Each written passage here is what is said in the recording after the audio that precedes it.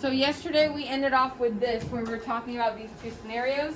So the first one, we have a soda bottle in a hot car. So over the period of time, as the temperature is increasing, your gas is going to be less soluble. So the gas that's in the liquid is going to come out of the liquid, or it's going to undissolve, or it's going to evaporate, however you want to picture it, but it is coming out of the liquid, and it's going to travel to the only other place where it can, which is the open space between the opening of the bottle and where the liquid starts.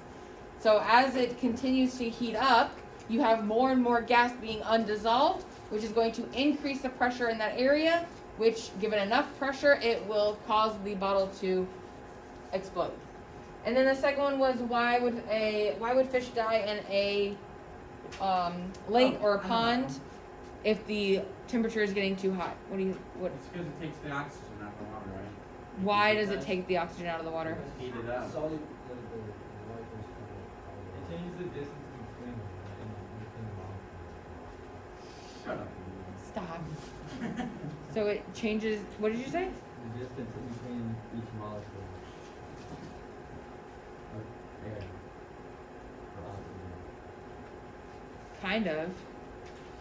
But the main thing that you have to realize is that as you increase the temperature, so if it's getting warmer, as you increase the temperature, the solubility of the gas, so if you have oxygen gas in the water being dissolved in the water, if you increase the temperature, the solubility of that gas is going to decrease.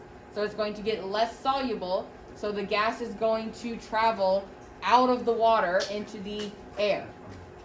So that means that the oxygen is now no longer in the water being breathed by the fish, so the fish now has no oxygen to breathe, and so it will suffocate and die. Okay, so those are the two scenarios that we talked about yesterday. So the last thing we have to talk about for this unit are what are called colligative properties. So colligative properties are the last thing. What those are properties, and there's two of them that you will need to know of.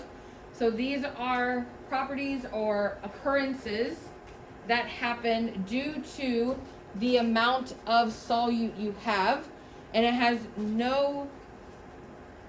nothing to do with the identity of the solute. So it has nothing to do with which solute you have in the solvent. It has everything to do with how much of it you have in the solvent. So you don't necessarily need to know this, but you do need to know these two colligative properties and what is happening during each. So our first one is our boiling point elevation, and our second one is our freezing point depression. So those are our two colligative properties that we're going to talk about, and you need to know what is happening during those.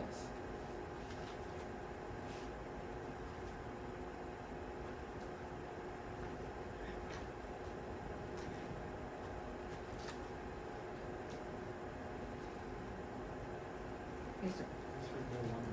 This is still day 2. So this is a continuation of day 2.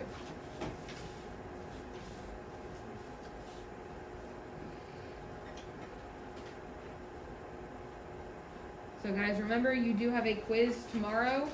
Your quiz tomorrow is on the stuff from the first PowerPoint, so the day 1 notes, but it will not have dilution calculations on it. So your quiz tomorrow is going to be on molarity calculations, and then it will have questions on concepts dealing with suspensions, colloids, solutes, and solvents, and then also the relationship between concentration and molarity. So that is what your quiz is on tomorrow. Friday we will do test review. We'll go over the quiz and we'll do test review. Monday you will do more review with the sub, and then Tuesday you will take the test with the sub, the other sub. And then Wednesday I will be back. Yes, sir. How many questions is 10. All right. So your first colligative property is boiling point elevation. And what is happening during this occurrence is that your boiling point of your water is going to elevate, or it's going to increase, because you have put solute in that water. So the scenario that this most commonly deals with is when you put salt in water, thinking that it's going to help boil that water faster. In fact, it is not. So adding salt to water, when you make pasta, adding salt to water will not decrease the amount of time it takes for that water to boil. In fact, it will increase that time. So you'll be waiting around longer for that water to boil if you put salt in it. So this is why you should salt your water after it boils, because it takes forever. It will take longer for it to boil if you add the salt first. And this table is showing you that. So this is the amount of salt added. This is where they measured the boiling point of the water. They did it a few times and they got the average. So with no salt added, you have an average boiling point of 100 degrees Celsius, which is what it should be. That is the boiling point of water, 100 degrees Celsius. When you added 5 grams, or when they added 5 grams of salt, notice that the average boiling point increased to 105 degrees Celsius. When they added 10 grams of salt, it increased to 109. And when they added 15, it increased to 118. So the more salt that you add to this water, the higher the temperature needed in order for it to boil. So it's going to take more energy, which means it's going to take more time for this water to reach its boiling point. Because you're changing the boiling point when you add salt to it. Right? So adding salt to water does not make it boil faster.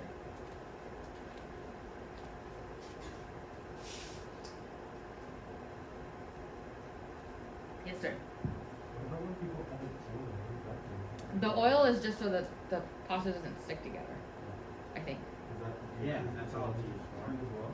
Huh? Does that decrease the boiling speed as well? I don't think so because salt and water, water can dissolve salt. Water cannot dissolve oil. So adding oil is not going to change the water's property because they're not going to mix.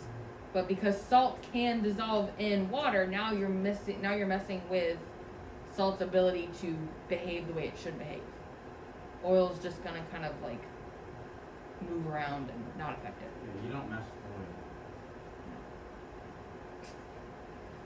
oil. Alright, so that is boiling point elevation. So if you add salt and you increase the temperature, if you add salt to it, you're going to have to increase the temperature even more to get that water to boil. So the opposite is going to also occur. So if you, instead of wanting to increase the temperature, what if you wanted to decrease the temperature? What if you wanted to make the water colder? Well, if you add a substance to that water and try to freeze it, that substance inside, however much substance you have, is going to cause the freezing point to decrease. So in this example, we have pure water and then a ethylene glycol water solution. So ethylene glycol in water. So we have added a substance to this water and we are going to try and freeze it. Well, if we just have pure water, it will freeze at 0 degrees Celsius.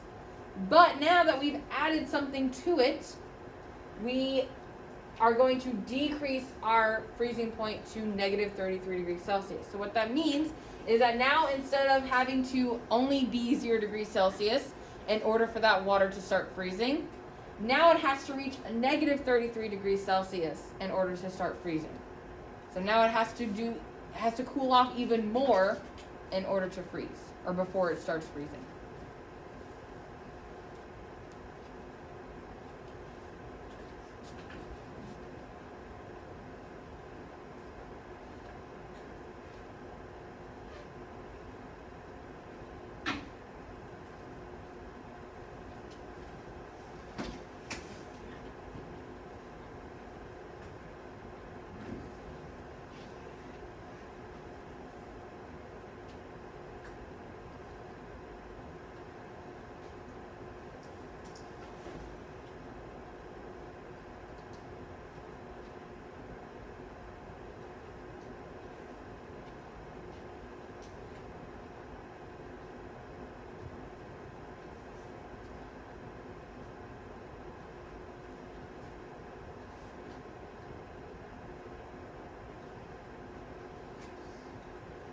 So the colligative property of freezing point depression has actually been shown to be very helpful, especially up north when it gets really, really cold, because you have this thing called antifreeze. Yes. And antifreeze, what it does is it's going to lower the freezing point of the liquid that is in your radiator of your vehicle, so that if the outside conditions are very, very cold, so if it's going to be freezing outside, so it's going to be 0 degrees Celsius outside, then you have a chance that the liquid in your car is going to freeze, which is not good for your car. But if you lower that freezing point that it has to reach, if you make it have to reach a even lower point, then it won't freeze as long as the temperature doesn't reach that now new negative number. So again, it's going to lower the freezing point so it won't cause the liquid in the radiator to freeze. What they also do is they put salt on the roads up north, and what that does is the salt in the roads is going to lower the freezing point and cause it to have to be a lower temperature in order to freeze. So again, as long as it doesn't reach that extremely low temperature, then the ice on the road won't freeze, or the water on the road won't freeze, and it won't cause ice, and it won't cause any issues. Also, you can use this freezing point depression to make ice cream at home, or this is how ice cream is made. So you are usually going to use cream or milk, and you're going to stir it or agitate it to where it becomes ice cream. But the problem is, if you do not get it cold enough, you won't have the consistency of ice cream. You'll have whipped cream or butter. Okay? So what you have to do is you have to use ice and rock salt, so a special kind of salt, to where the rock salt is going to lower the freezing point, so it's going to make the environment colder so that you can get the consistency of ice cream and not just whipped cream. Okay? So I think next week we'll do the ice cream lab. Sometime next week after the test, we will do the ice cream lab and we'll make ice cream in here. Okay? But that would be an example of a freezing point depression colligative property that we're taking advantage of. Okay? Okay, so that is the end of the PowerPoint. I want to show you, or I want to go over one more thing before we're done for today. And that is, on your test, you are going to have some questions asking you what substance will dissolve this substance. So, what I have is I have these 4 substances, I have these 4 compounds, and you may see 1 or 2 of them on your test. And I will ask you, what substance will you need, or what type of substance will you need to dissolve this substance? And it's either going to be polar or nonpolar. So you have to tell me, do you need a polar substance or a nonpolar substance in order to dissolve these? So first you have to remember that we have this saying called like dissolves like. So what that means is, let me just make sure. Hold on. Okay, so we have like dissolves like. What that means is that if you have a polar substance, you need a polar substance to dissolve it. If you have a nonpolar substance, you need a nonpolar substance to dissolve it. So the first thing you have to do is you have to figure out, is your substance polar or nonpolar? So again, I have these 4 substances. 1 or 2 of them may be on your test. So first we have CCl4, and I have to figure out, is this polar or nonpolar? So what I have to do is I have to draw the Lewis dot structure to figure out if it is polar or nonpolar. So carbon is going to go in the middle because I only have 1 of those. That is my central atom. And carbon has 4 valence electrons. So that means I have 1 chlorine at each of those valence electrons. And chlorine has 7 valence electrons. So 1, 2, 3, 4, 5, 6, 7. 1, 2, 3, 4, 5, 6, 7. 1, 2, 3, 4, 5, 6, 7. 1, 2, 3, 4, 5, 6, 7. So that is what the Lewis dot structure of CCl4 looks like. So to determine if this is polar or nonpolar, you have to look at how your electrons are surrounding that molecule. Do you have an unequal sharing of electrons? So do you have electrons more on one side of the molecule than the other? Or do you have an equal sharing? Are all of your electrons pretty much the same all the way around? So looking at this compound, do we have a unequal sharing or an equal sharing of electrons? An equal sharing of electrons. So equal sharing of electrons. So if we have an equal sharing of electrons, is this polar or is this nonpolar? So this is a nonpolar solute. What kind of solvent are we going to need in order to dissolve it?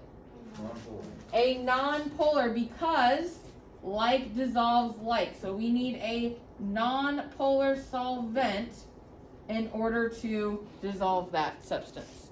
So that is what your answer would be for that question. So let's look at NaBr, sodium bromide. Sodium has 1 valence electron, whereas bromine has 7. So that is your Lewis dot structure for that compound. So do you have an equal sharing or an unequal sharing of electrons? No, why would it be equal? It's not equal on Na. It's not equal on Na, right? There's no dots on Na. Correct. So Yeah, it's unequal. so it is unequal. That's right, Will. Know your place. Because all of the electrons have moved over to the bromine side. So you have all the electrons on this side and really no electrons on this side. So you have an unequal sharing of electrons. So if you have an unequal sharing of electrons, what type of solute do you have? Polar. A polar solute. So what do I need in order to dissolve NaBr? I need a polar solvent. Okay, let's look at BeCl2. So beryllium is going to be in the middle.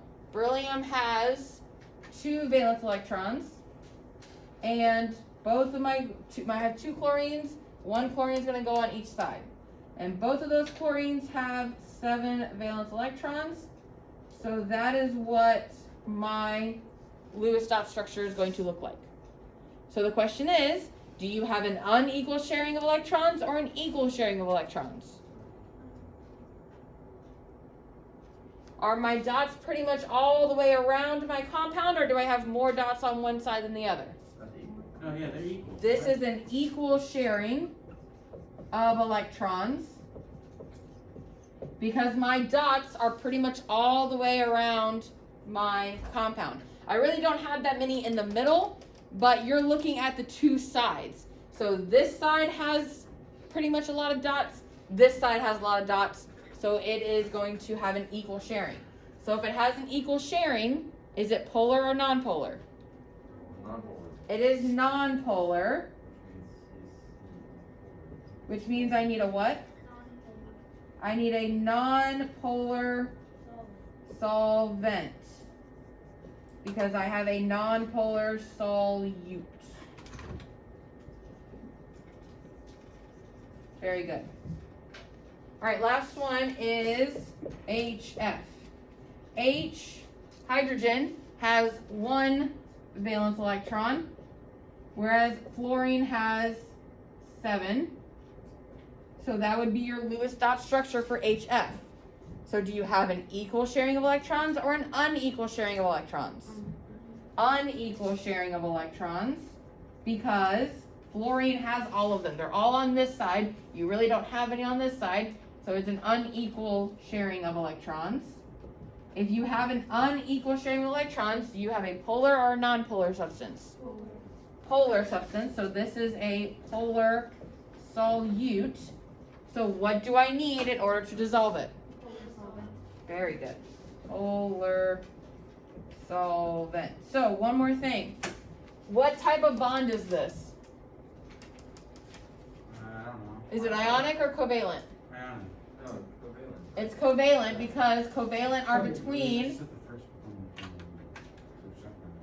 covalent, because covalent is between two or more nonmetals. What is this one? Ionic. That is ionic because that is between a metal and a nonmetal. What is this one? Covalent. Ionic. This is also ionic because it is between a metal and a nonmetal. And this one is, what is it? And this is covalent. If you notice, what I said yesterday, I said it incorrectly. Because yesterday I said all of your ionic bonds are going to be polar, and all of your covalent bonds are going to be nonpolar. So that is incorrect. So you cannot just judge the polarity of a substance based on if it is an ionic bond or a covalent bond.